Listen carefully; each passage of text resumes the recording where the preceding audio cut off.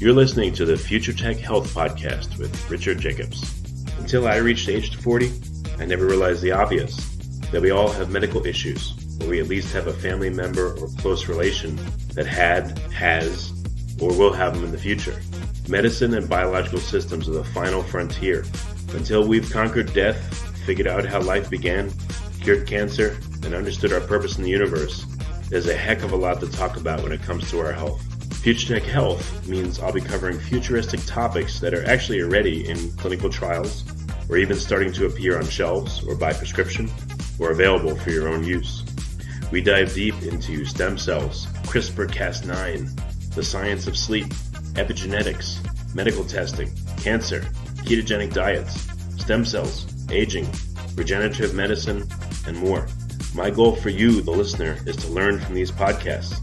You may very well learn something that may change the course of your life for the better, steer you towards a new career, or give you insight into addressing a serious medical problem. Remember, however, this podcast and its content is informational in nature only. No medical, tax, legal, financial, or psychological advice is being given. If you enjoyed the podcast, please listen, subscribe, like, and share it with friends. Thank you. Hello, this is Richard Jacobs with the Future Tech and Future Tech Health podcast. I have Dr. Trevor Cates. She's the founder and owner of The Spa Doctor and an author of the best-selling book, Clean Skin from Within. She was actually the first woman licensed as a naturopathic doctor in California, currently lives in Park City, Utah, where she helps patients from around the world achieve graceful aging and glowing skin. And Dr. Cates is the host of the Spa Doctor Weekly podcast. She has her own PBS special, Younger Skin from Within. So we're going to be talking about Dr. Cates' work. So Dr. Cates, thanks for coming. How you doing? Great. It's great to be here. Thanks for having me on. Yeah. So why skin? Why the fascination with it for probably many years is my guess. Yeah, absolutely. Yeah, I've been practicing for almost 20 years, and I think it's really been an evolution over time focusing on skin. I haven't always focused on skin. But when I moved to Utah and I started working as a doctor in the Waldorf Astoria Spa, and people started asking me a lot about skin. And I realized that a lot of times people think of skin, when people have skin issues, as something they just want to cover up and suppress. Like for women, they'll wear more makeup. A lot of times the typical dermatology approach is to use something topical to kind of suppress the symptoms. But my approach to skin is that skin is an outer reflection of what's going on inside our body. So it's oftentimes could be the first sign that something is out of balance in the body. And so instead of ignoring or covering up those signs, I'm encouraging people to look at those signs as something to pay attention to, because if you can address the root causes, find the root cause behind that and address that, you're not only going to have vibrant, healthy looking skin, but you're also going to prevent or address other health issues that could have similar root causes. Yeah, no, that's true. I've seen, some women where they're covered in makeup, and I guess with men, I don't know. I can't really tell if they're wearing makeup or covering stuff up, but women definitely seem to address it that way. So what kind of typical skin issues cause people to try to cover them up, and what are some ways to alternatively look at them, the root cause, instead of just slathering on something to heal the skin supposedly? Right. Yeah. Well, there are a lot of different skin issues, and they can range from the most common, which are acne and eczema. Those are the two most common skin conditions in the U.S. And really, most of the world. But then there are other concerns with the skin. There's rosacea, there's hyperpigmentation, there are mysterious little bumps that appear. There are so many different diagnoses in the dermatology world. And so there are a lot of things that can happen. Even just having more dry, dull skin or skin that seems to be aging rapidly are all signs that something can be out of balance in the body. And sometimes it's an acute thing that just flares up. Sometimes, somebody might eat something they're allergic to and get hives, and they stop eating it and it goes away. So it's a pretty obvious thing. But sometimes, though, it takes a little bit more detective work is what I like to consider it. And I really do like to consider skin as our magic mirror that gives us great information about our health. So So I believe that I talk about in my book, Clean Skin from Within, I talk about 6 root causes behind skin issues. And so those are things like nutritional deficiencies, hormonal imbalances, gut dysbiosis or gut issues, problems with digestion. Also, blood sugar issues are another one, oxidative damage, inflammation. These are root causes that, and as I mentioned, these people are probably thinking, well, those are not just related to skin; those are related to a lot of other health conditions. And that's the whole point: is that if you have some of these root causes and you start to develop skin issues, if you can address them early on, then you're going to be much better off, not only with your skin but your overall health. Yeah, I've seen, I hope I'll get the name right, acanthosis nigricans, I guess like a darkening of the skin around the neck or in, certain spots. And I guess that's correlated with, with diabetes or high insulin resistance. You get very dark patches of skin. Right. And skin tags are another one that you see oftentimes with blood sugar imbalances. People develop a lot of skin tags. It can be a sign that there's elevated blood sugar on a regular basis, that this person is either predisposed to diabetes, or maybe they already have diabetes, pre-diabetes, something along those lines. So paying attention to blood sugar balance can help that. Another example, some simple ones, are people often get these little bumps on the backs of their arms, and these can, a lot of times people think they're like these little pimples, but actually it can be due to, and a lot of people will just start using moisturizer or trying to exfoliate. But what it actually oftentimes is an essential fatty acid or a micronutrient deficiency, like a zinc deficiency. And so people can get these little bumps from that, and all they need to do is eat a healthier diet or get some supplements in their diet to kind of boost up their levels. A lot of times that can go away. And then also there's a condition it's called angular cheilitis. There are these little cracks in the corners of the mouth where people a lot of times will think, oh, I just need to put more chapstick on or put some Vaseline or something in the corners of my mouth because it's dry and it's cracked. Well, actually, oftentimes it's due to a B vitamin or an iron deficiency. And so until people address that, it can keep happening. And no matter what they put on it, it's never going to really go away until they address the root cause. That's really interesting because, I'm picturing you in my mind doing like a visual examination of someone's skin, and, it's accessible, not all areas, but most areas are really accessible. So it's a really easy way to look at someone perhaps and, see what's going on with them. Right. And it's a tool that people can use themselves too. You may not know what the diagnosis is for the skin condition you have, and then you want to go in and see your primary care doctor or dermatologist to figure out what the diagnosis is. But if you notice changes on your skin, if you notice your skin is all of a sudden getting drier than usual, or it's duller than usual, or you're breaking out in acne all of a sudden, and acne is not something just for teenagers. It happens with adults. There's adult acne that's on the rise. And so noticing these changes in your skin and thinking, oh, what am I doing differently? What is different in my lifestyle? Are there changes in my diet? Am I more stressed than usual? What is going on that maybe could be contributing to this, rather than just immediately going and say, hey, doc, put me on Accutane. Obviously, if it's more of a severe case of acne, then you may need treatment of some sort. But there are a lot of things that we can do with our lifestyle to kind of address these issues early on, so that it doesn't become a bigger issue or a bigger health issue. Yeah, I was curious. I guess. Well, starting with the skin tabs, that seems to be pretty common. So you said they form in people that have, a diet with a lot of sugar. And once they form, is that it? Are they permanent? And why do they form? So skin tags, one of the reasons that people get them, that seems to be the issue, is from having high blood sugar. And so if somebody is noticing that they're tending to get a lot of these, or they're sort of popping up, you might want to go in and see your doctor, or get your blood sugar tested, fasting blood sugar tested, to see if maybe this is an issue. And it could be due to something else. Sometimes it's a genetic predisposition as well, but it is one of the reasons that people get it. As far as what to do about it, once people develop them, occasionally they'll fall off if they get their body in a healthier state, their blood sugar is balanced, and they're addressing these kinds of issues. Then sometimes they'll just, sometimes they'll fall off, but sometimes you have to get them removed.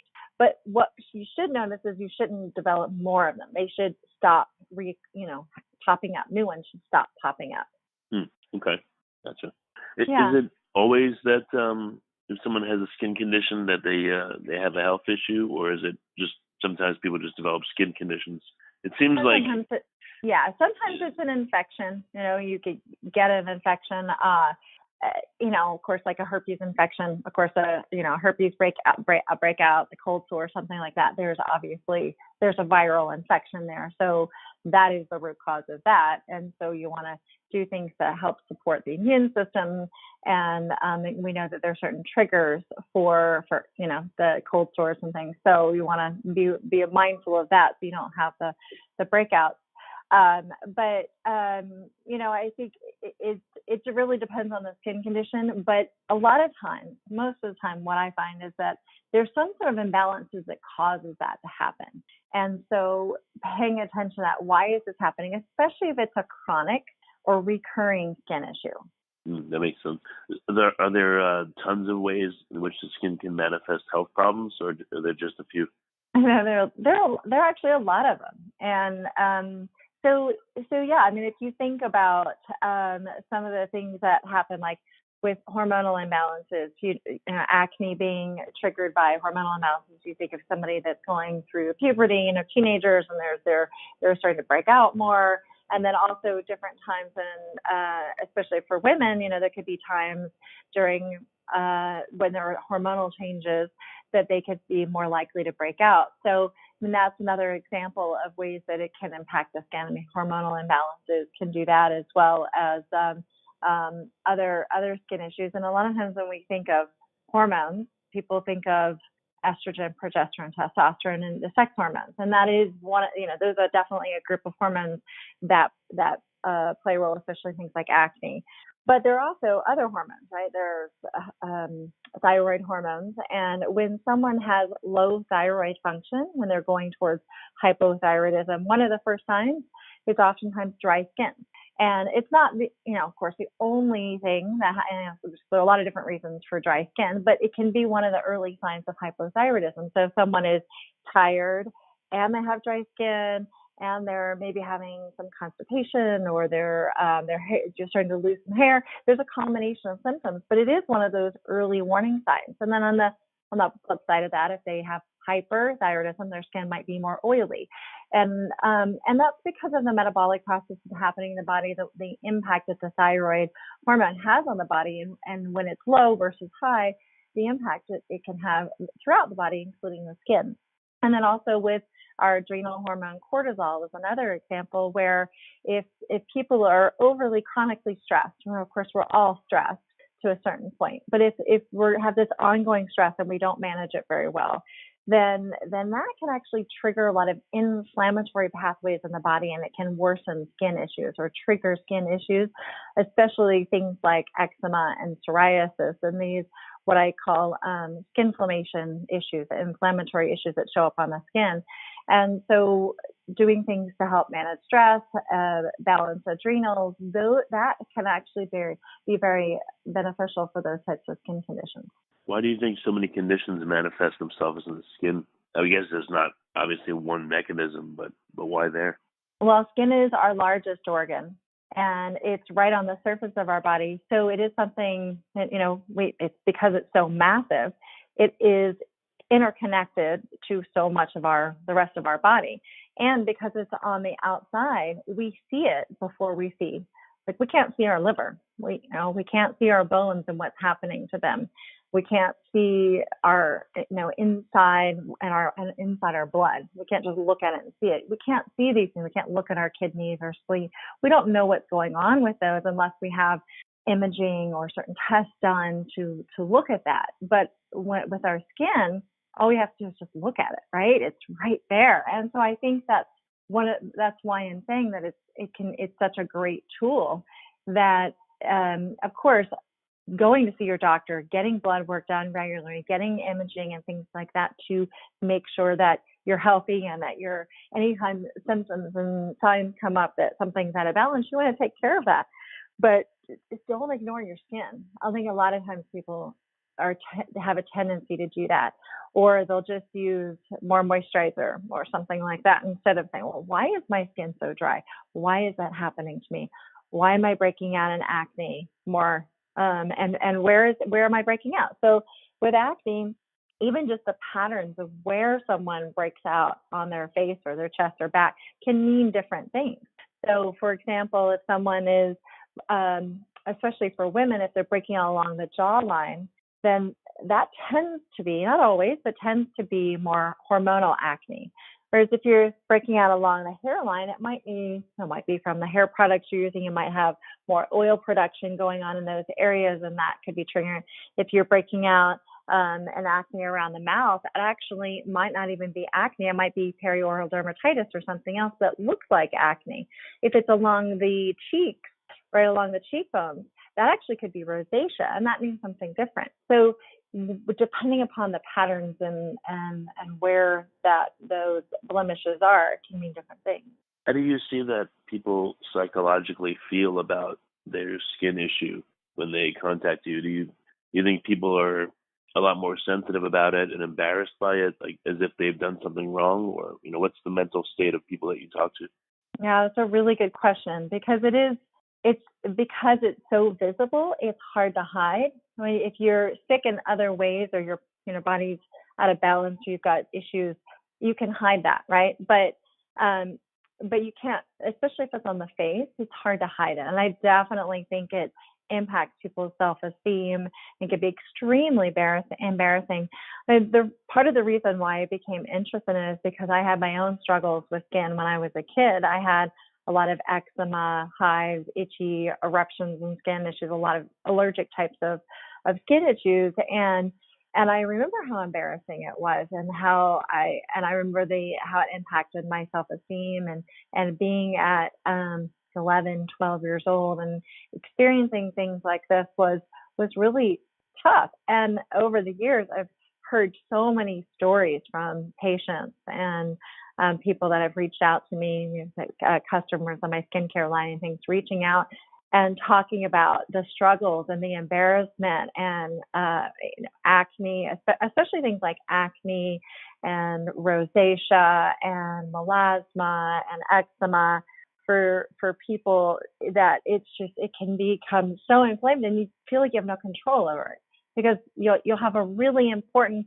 and especially since stress tends to trigger it. And so people will have a really important meeting, maybe it's a wedding or an event or a reunion or something, and they're stressed about it. All of a sudden their skin is the worst it's been.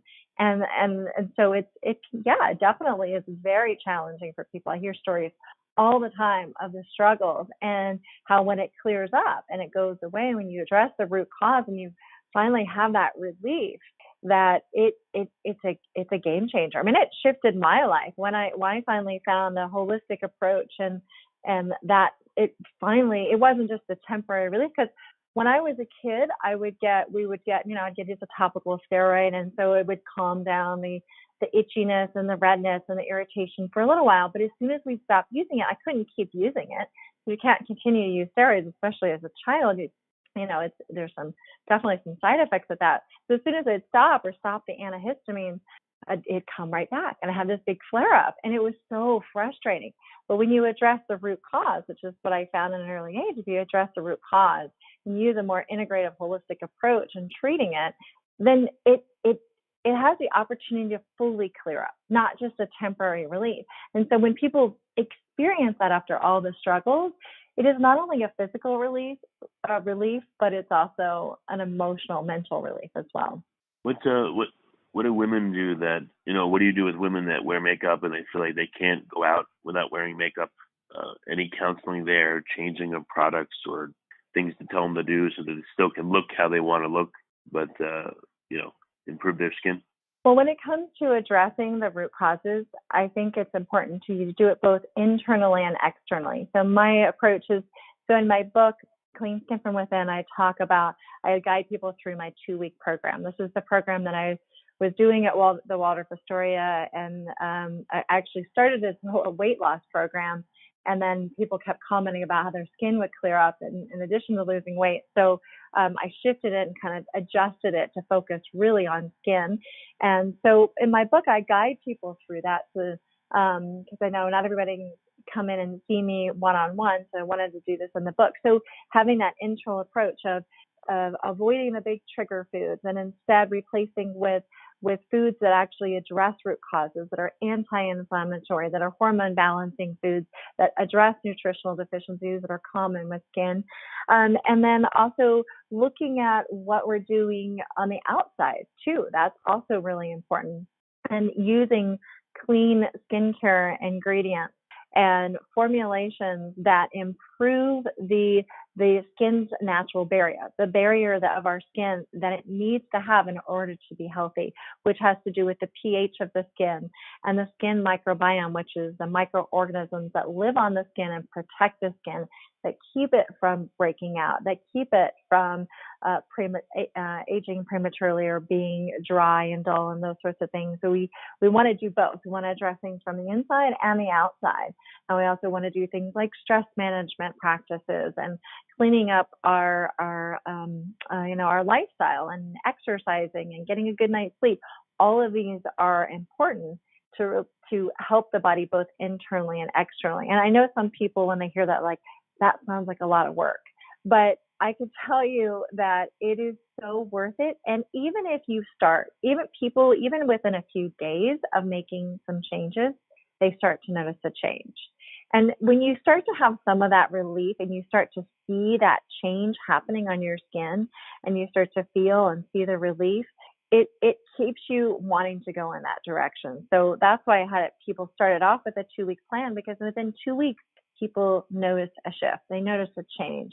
And then that helps them shift into an overall healthier lifestyle on an ongoing basis. So to answer, I mean, I'm kind of answering your questions, but to get really direct with your question, and to help really improve the quality of the skin to the point where you don't have to cover it up, it's an internal approach. And I think doing my 2-week plan, I lay it all out exactly what you need to help improve the skin from the inside out. And then on the outside, using these skincare products to help really promote a healthy skin microbiome. Those are the things that I see and I hear over and over again in my patients and my customers. And that as soon as they do this, they realize they don't have anything to hide. That I've heard these incredible stories. Like I just did, I have a podcast coming out this week, and then I interviewed one of our customers, which I'd never done before, but I interviewed her because I knew she had this story. And she said in the interview, she said, I never knew I could love my skin. I knew I'd get to the point where I'd stop breaking out or I stopped having eczema, but I never knew I would love it. And she's 40 years. She was talking about, I'm 40 years old. I can't wait to see what my 40s bring because now I feel so much more confident. And that's really what I want for women, is to be able to experience that. And for people who are men too, I think that women are a little bit more susceptible to feeling self-conscious about it. Yeah, I'm sure. In terms of the makeups, the lipsticks and the things like that women use, any alternatives they can use? I've heard that there's, some toxic chemicals in lipsticks, and certain lipsticks are more natural, or foundations or things like that. Any recommendations there, or you don't really get into absolutely. that realm? Yeah, no, absolutely. I mean, the first step is trying to get to the point where you don't feel like you have to hide it. But I know as women, we still like to, we like the pampering thing. We like to put on makeup and look pretty and do all that kind of stuff. At least most women do, not all. But some of us like to do that. And so certainly if you're going to choose to wear makeup, then you want to look at the ingredients, because there are so many toxic ingredients in personal care products. It's not a well-regulated industry. So just to kind of give an example for people, on average, people use about 12 personal care products a day, which exposes them to 126 unique ingredients. And in Europe, they've banned over 1,000 ingredients in personal care ingredients. But in the U.S., there's only been about 11 ingredients banned for use in personal care products. So it's just not a very well regulated industry. And so what we are finding is that there are hormone disrupting chemicals in many personal care products. Things like phthalates that are used in fragrance to help the smell last longer are known in the research to have hormone disrupting effects. There are things like parabens, methylparaben, propylparaben, those types of things are used as preservatives in skincare products that have been found in breast tumor tissue and that are related to estrogen mimicking effects. And so we want to be careful with these kinds of ingredients. And you mentioned lipstick, and when we put lipstick on it, you're licking your lips, you're consuming foods, you're really taking those things internally. So a lot of the things that are in lipsticks and lip gloss, if you actually knew what was in there, there's no way that you'd want to consume it. There's no way you'd want to eat it. So, but the good news is that there are natural, clean products. I have my own line, the Spa Doctor skincare line.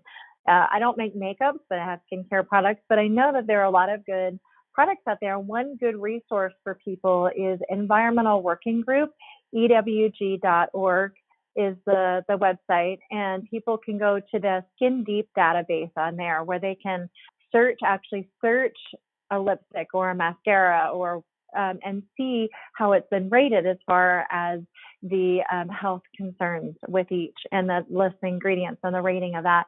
There are certain products that are verified by EWG because they know that it has their stamp of approval. My skincare products are EWG verified.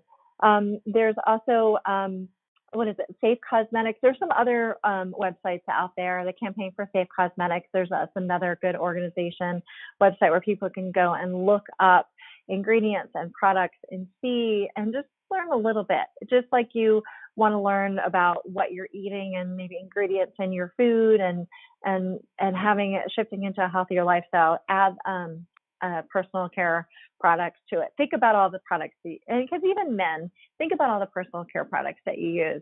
Think about the lotion, shampoos, and shaving gels, and sunscreens, and all the different products that you use on a day-to-day basis, toothpaste, all of that. It starts to add up when you start thinking about all of these on the body, and that your skin is actually quite absorptive, and that you can absorb a lot of the ingredients through your skin. It gets into your bloodstream, and that adds up over time.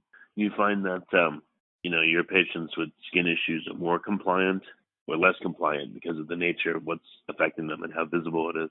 Well, I think that everybody is unique, and but I think that when people have been struggling with something for a while, they tend to be more interested in seeing it go away, especially if it's been a struggle and they've tried things, haven't had success. People that usually come see me, they've tried a number of different things. So now they're like, just tell me what to do. I'm ready to make big changes. And so I don't really want people to have to get to that place to make a change, because that's why I wanted to get my book out there and get this message out there, is look at it early. Don't wait until it becomes an ongoing, painful process. When you start to notice changes in your skin, that's when you want to pay attention. And of course, if you have those chronic skin issues, it's not too late. You can still reverse it, but you don't have to, wait to get to that point to make a change. And then what would be a typical experience going to a regular dermatologist, MD, versus going to you? Like, how do dermatologists tend to handle skin issues? And I know you can't speak for all of them, but just generically, right. What are the differences? Well, it's an interesting time with dermatology. I think that there are actually some dermatologists now that are looking at more of an integrative approach. So you can find integrative dermatologists out there. They're not everywhere, but it's starting to happen. There are conferences. I spoke at one last year, an integrative dermatology conference. So it's starting to happen where there's a shift in that, where it used to be that with dermatologists, and I'm not just picking on dermatologists. I think that with medicine in general, someone has their specialty, a doctor has their specialty. So they look at that one thing, and they're not really looking at the whole person. So with dermatology, conventional dermatology, the typical approach is, okay, let me look at your skin. Okay, you've got this issue, so let me give you this medication to address and make it go away. Or let me remove that with this device. Let me remove this. And and not really talking about what caused that to happen in the first place. Why is that continuing to happen? What role does diet play in this? What role is maybe your gut health playing in this? What imbalances might be happening in your skin microbiome and your gut microbiome that could be leading to this? That's what the difference is. Again, I think that there are integrative dermatologists now, functional medicine doctors that are looking more at having a different approach and looking at this in a more holistic way. And I don't want to pick on dermatologists because I think that they have an important job and I think they have an important role. And I refer to dermatologists often for people to get a diagnosis, to have their skin checked for skin cancers and skincare prevention. All of that I think is important.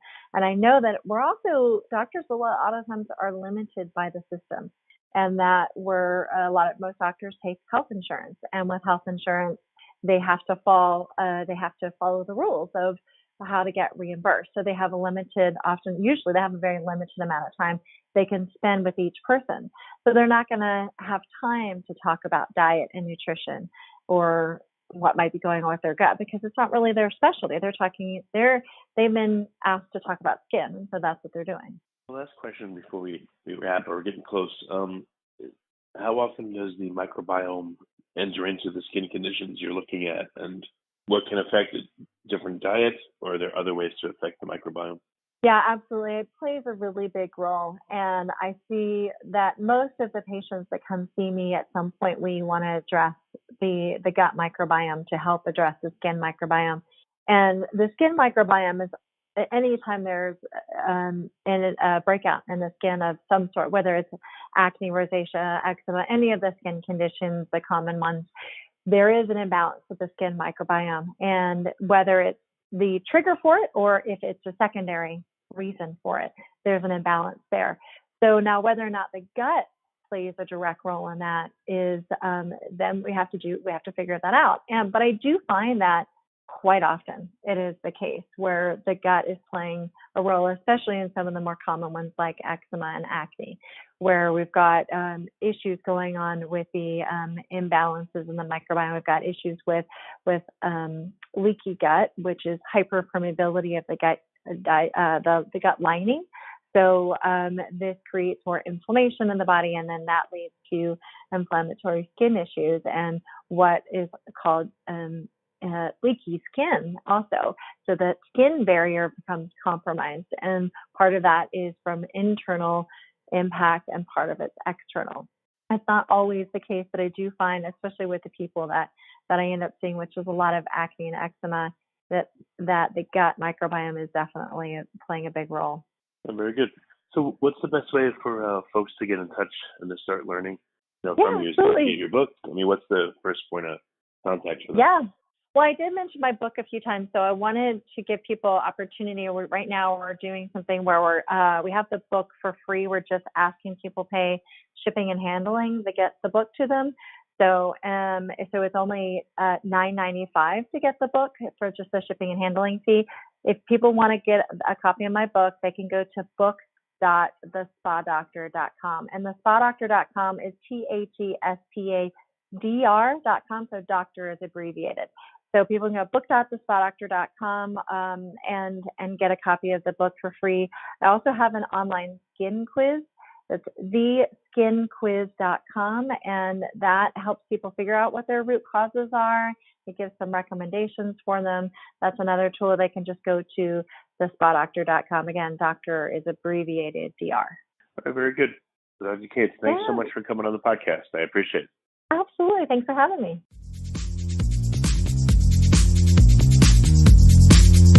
You're listening to the Future Tech Health Podcast with Richard Jacobs.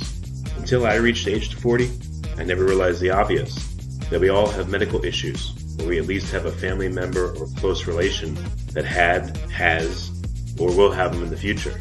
Medicine and biological systems are the final frontier. Until we've conquered death, figured out how life began, cured cancer, and understood our purpose in the universe, there's a heck of a lot to talk about when it comes to our health. Future Tech Health means I'll be covering futuristic topics that are actually already in clinical trials, or even starting to appear on shelves or by prescription, or available for your own use.